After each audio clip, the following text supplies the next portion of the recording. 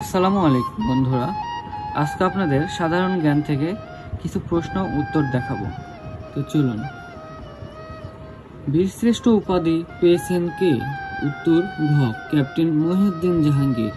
বাংলাদেশের সবচেয়ে বড় বিভাগ কোনটি? উত্তর ক, চট্টগ্রাম।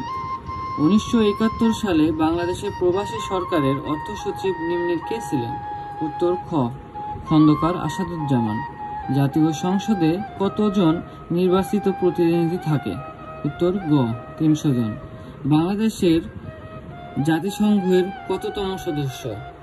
উত্তর ক, 132। বসরা শহর কোন দেশে অবস্থিত? ইরাক। অস্ট্রেলিয়ার রাজধানী হলো? উত্তর ক, ক্যানবেরা। গারুদা কোন দেশের বিমানবন্দরের নাম? উত্তর ঘ, ইন্দোনেশিয়া। শেষ এশিয়ান গেমস কোন শহরে হয়? উত্তর ক, ব্যাংকক। কৃত্রিম উপগ্রহ স্পুটনিক কোন সালে উৎক্ষেপণ করা হয়? উত্তর ঘ, 1960 সনে। পরবর্তী ভিডিও পেতে আমাদের সাথেই থাকুন। ধন্যবাদ।